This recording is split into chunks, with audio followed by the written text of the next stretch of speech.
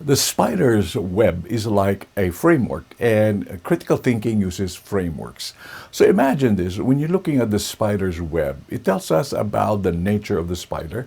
It tells us about the strength of that web. It tells us about how flexible and how connected the points are.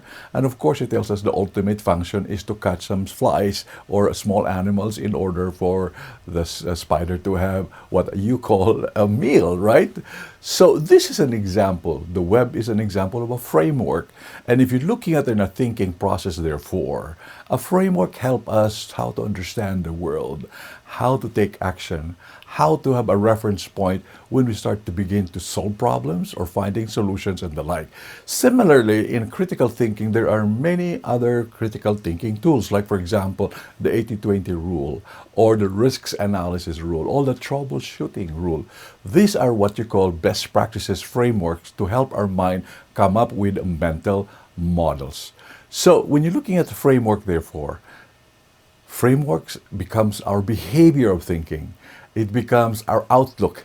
And when we do things, therefore, we cannot get away from the framework because we're better judgment, better actions, and better decisions come out because we're using a framework.